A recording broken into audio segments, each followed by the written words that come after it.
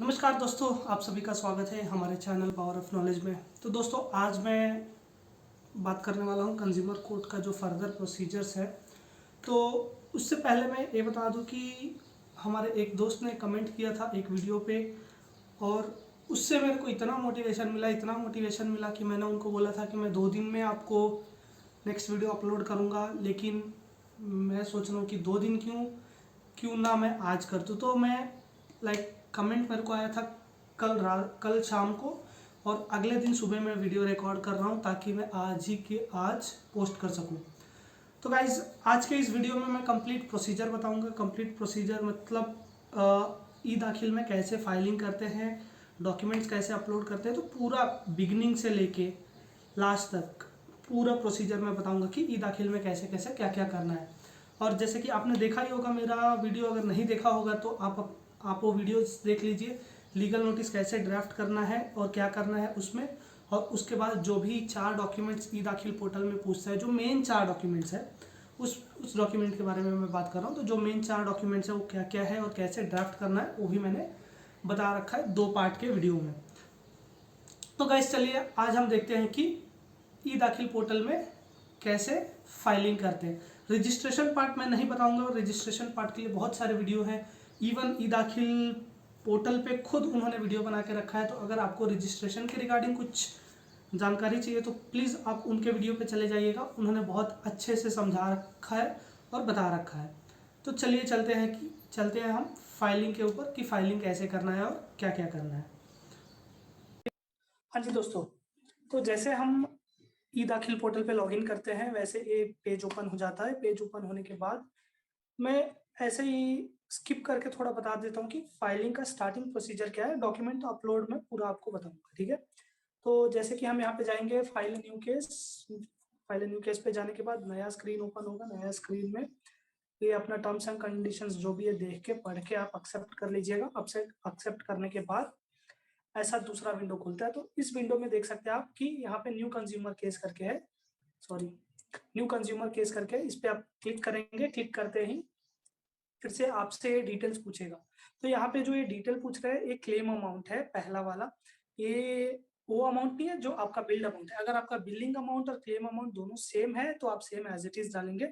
अगर आपका billing amount और क्लेम अमाउंट अलग अलग है तो आप सिर्फ क्लेम अमाउंट इसमें डालेंगे, बिलिंग अमाउंट नहीं डालेंगे। तो क्लेम अमाउंट सपोज 71,900 में डाल देता हूँ। तो 71,900 वर्ड्स में ऑटोमेटिकली आ जाता है। उसके बाद हमें स्टेट सेलेक्ट करना है, ठीक है। स्टेट सेलेक्ट कर लिया। स्टेट सेलेक्ट करने के बाद अपना डिस्ट्रिक्ट आप सेलेक्ट करेंगे। तो मेरा कर्नाटक का स्टेट है और बैंगलोर रूरल डिस्ट्रिक्ट है, तो मैंने ये सेलेक्ट कर रखा है। आपका जो भी स्टेट और डिस्ट्रिक्ट है वो आप सेलेक्ट कर लीजिएगा। उसके बाद देखिए दोस्तों, यहाँ पे पूरा फीस दिखा रहा है, कितना फीस कितने पे कितना फीस आपको पे करना पड़ेगा। तो आप यहाँ पे देख सकते हैं first column up to ₹5 lakh nil. तो अप टू 5 लाख रुपीज तक कंज्यूमर कोर्ट में अगर आपको कंप्लेंट करना है तो अप टू 5 लाख रुपीज आपको कोई चार्जेस नहीं पे करना है, ठीक है। तो ये भी आप ध्यान में रख लीजिएगा। तो यहाँ पे ऑनलाइन कोई भी पेमेंट्स करना जरूरी नहीं है। तो यहाँ से हम कंटिन्यू करेंगे। कंटिन्यू करने के बाद हमें मिल जाएगा अपना नेक्स्ट डैशबोर्ड, जिसमें हमें अपना और ओपोनेंट पार्टी का कंप्लीट डिटेल्स डालना है और केस समरी डालना है।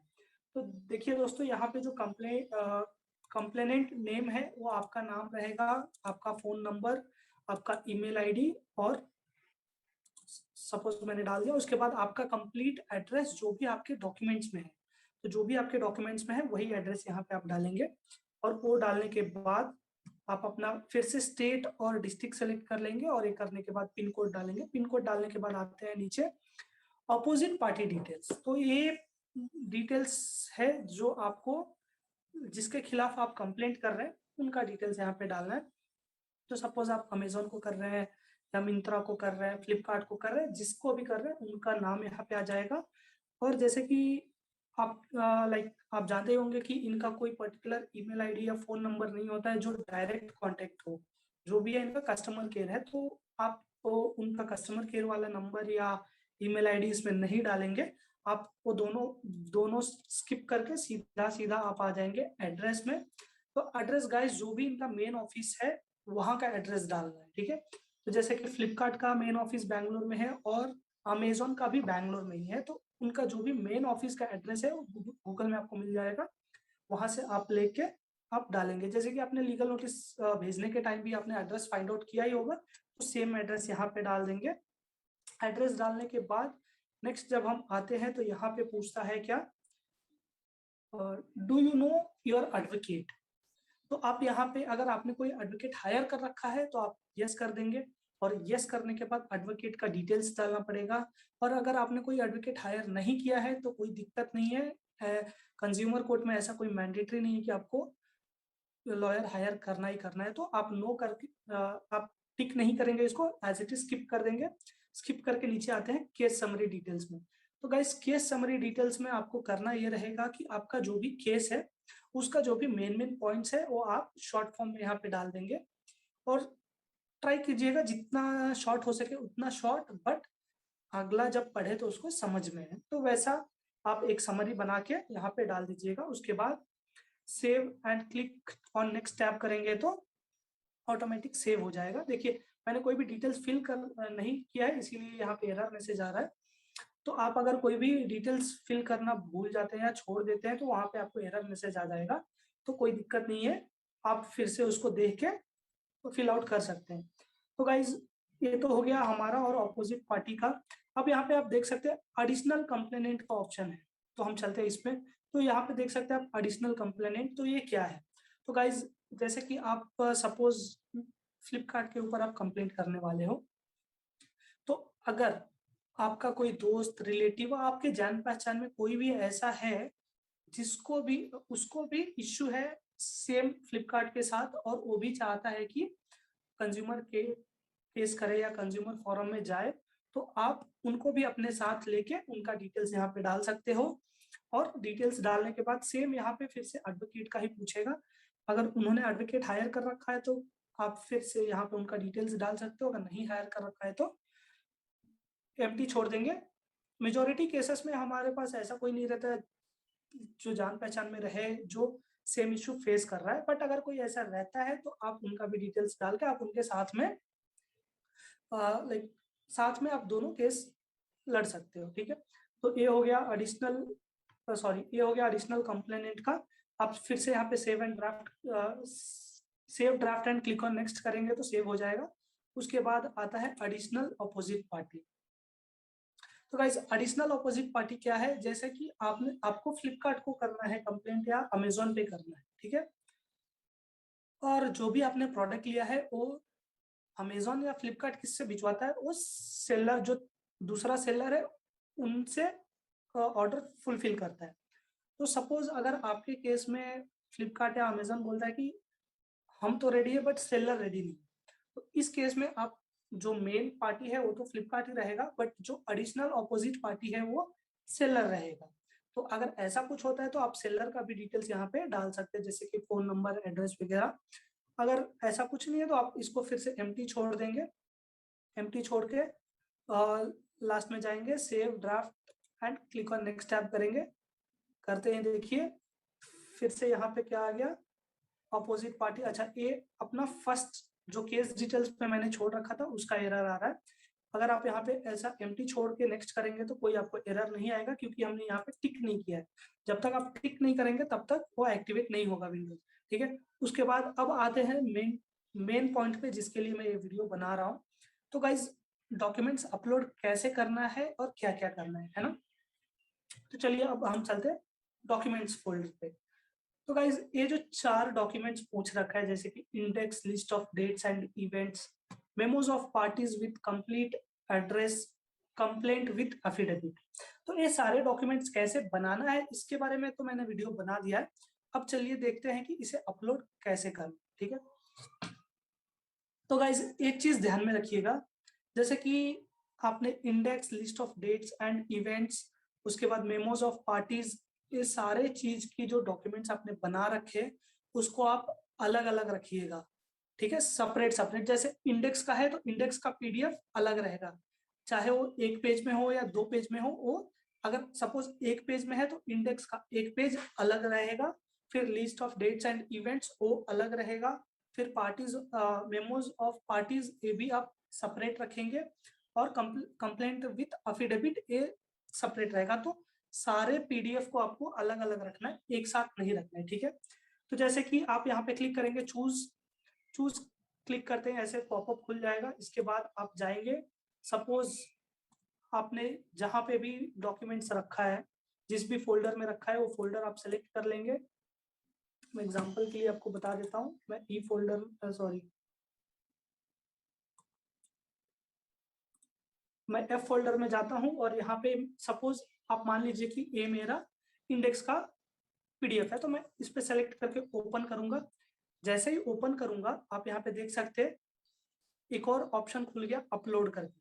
तो यहाँ पे आपको नाम दिखा रहा है उस फोल्डर का, और उसके बाद अपलोड। तो जैसे आप अपलोड क्लिक करेंगे, ये अपलोड होने लगेगा। और देखिए जैसे एक बार अपलोड हो जाए तो यहाँ पे आपको दिखाने लगेगा डिलीट अपलोडेड फाइल। इसका मतलब जो भी आपने फाइल सेलेक्ट किया था वो सक्सेसफुली अपलोड हो गया है। सपोज आपने गलत फाइल अपलोड कर दिया, तो आप यहाँ पे सिंपल डिलीट अपलोडेड फाइल करेंगे। यहाँ पे कंफर्मेशन पूछेगा, do document will delete on the server, are you sure. आप यस कर देंगे, डिलीट हो जाएगा ये ऑटोमेटिक। और उसके बाद 1 मिनट रुक जाइए दोस्तों, डिलीट होते ही ये चेंज हो जाना चाहिए, लेकिन अभी नहीं हुआ। चलिए हम देखते हैं नेक्स्ट डॉक्यूमेंट, अगर मैं ऐसे ही करना चाहूँ तो।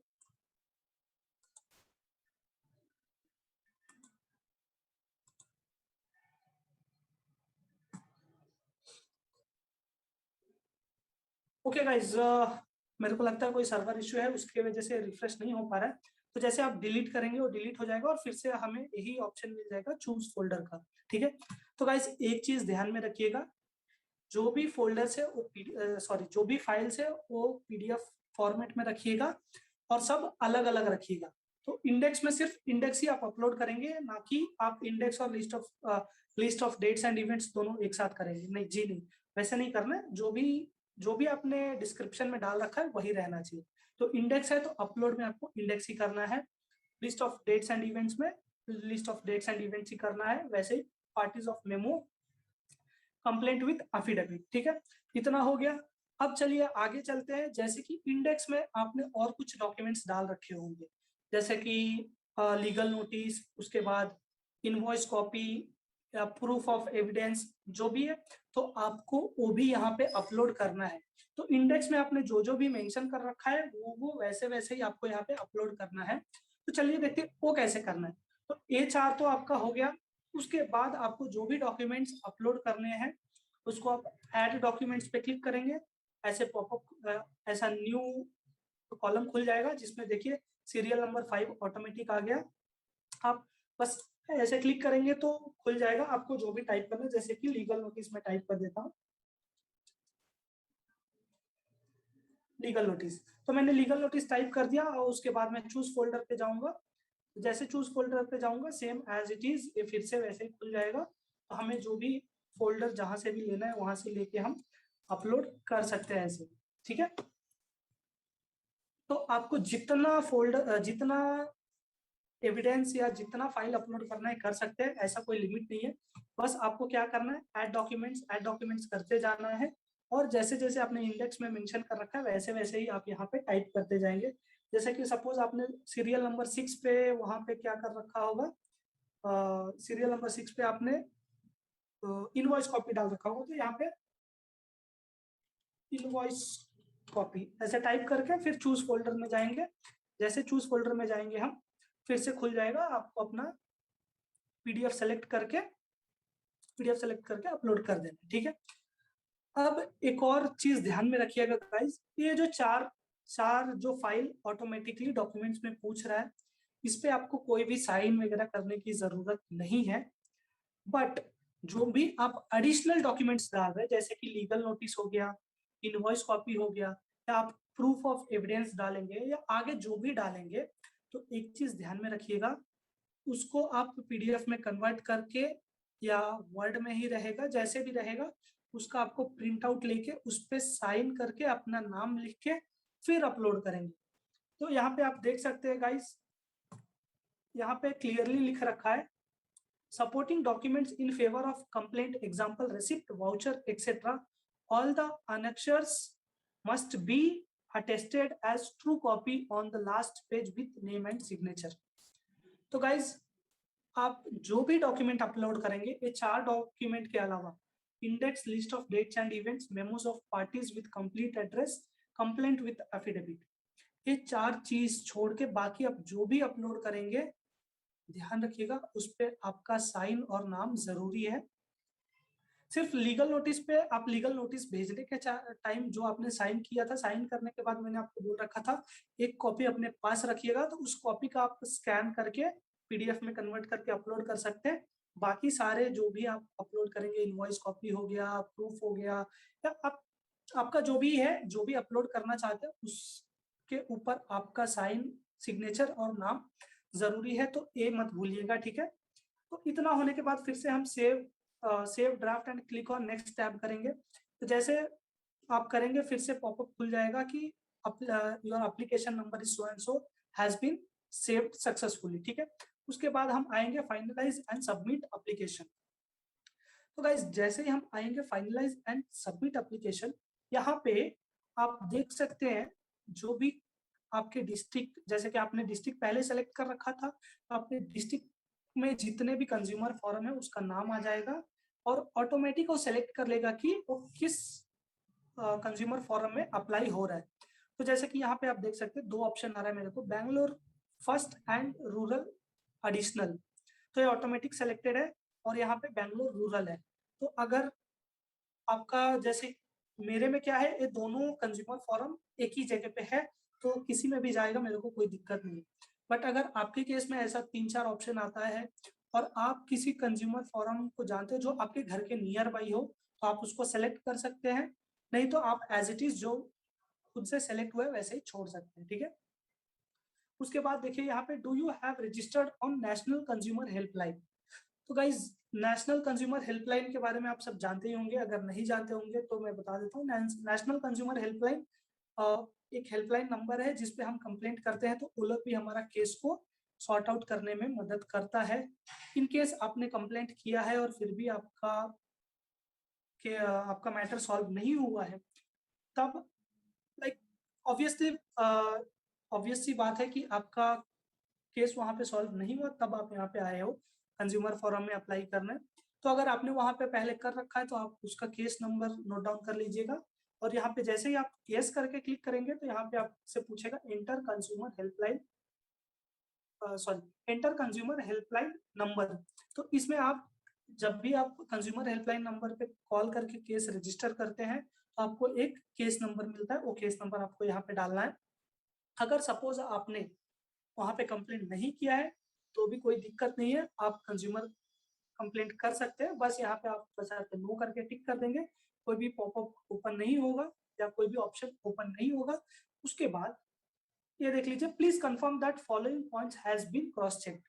तो आप एक बार सारी पॉइंट्स पढ़ लीजिएगा और टिक कर दीजिएगा, इसमें कोई भी पॉइंट छोड़ना नहीं है, सब हमें टिक मार्क करना है। करते ही जैसे आप फाइनलाइज करके क्लिक करेंगे तो आपके मोबाइल पे ओटीपी आ जाएगा, जो भी मोबाइल नंबर आपने दे रखा है, तो उस पे ओटीपी आएगा और उस ओटीपी को आपको यहाँ पे डालना है। जैसे डालेंगे आपका केस सबमिट हो जाएगा। अब मैं बता दूं, केस सबमिट होने के बाद लगभग 1 हफ्ते लगते हैं अप्रूव होने में, ठीक है। तो चलिए मैं अपना केस का डिटेल्स दिखा देता हूँ कि मैंने डॉक्यूमेंट्स कैसे अपलोड किए थे। तो चलिए ये देख लेते हैं, व्यू अप्रूव्ड केस, क्योंकि मेरा केस अप्रूव हो चुका है तो मैं अप्रूव्ड केस में देखूंगा। तो देखिए ये मेरा केस है जो अप्रूव्ड हो चुका है ऑलरेडी, फर्स्ट डेट भी हो गया। मैं जाके डॉक्यूमेंट्स, अब आप देख सकते हैं कि ये मेरा डॉक्यूमेंट पेज ओपन हो गया और आप देख सकते हैं मैंने जो भी डॉक्यूमेंट्स अपलोड कर रखे हैं, जैसे जैसे मैंने इंडेक्स में दिखा रखा था वैसे वैसे ही आप देख सकते हैं। इंडेक्स, लिस्ट ऑफ डेट्स, ये 4 तो कॉमन थे। उसके बाद देखिए invoice copy as annexure B, legal notice copy as annexure C, refund evidence mailed by IndiGo airline.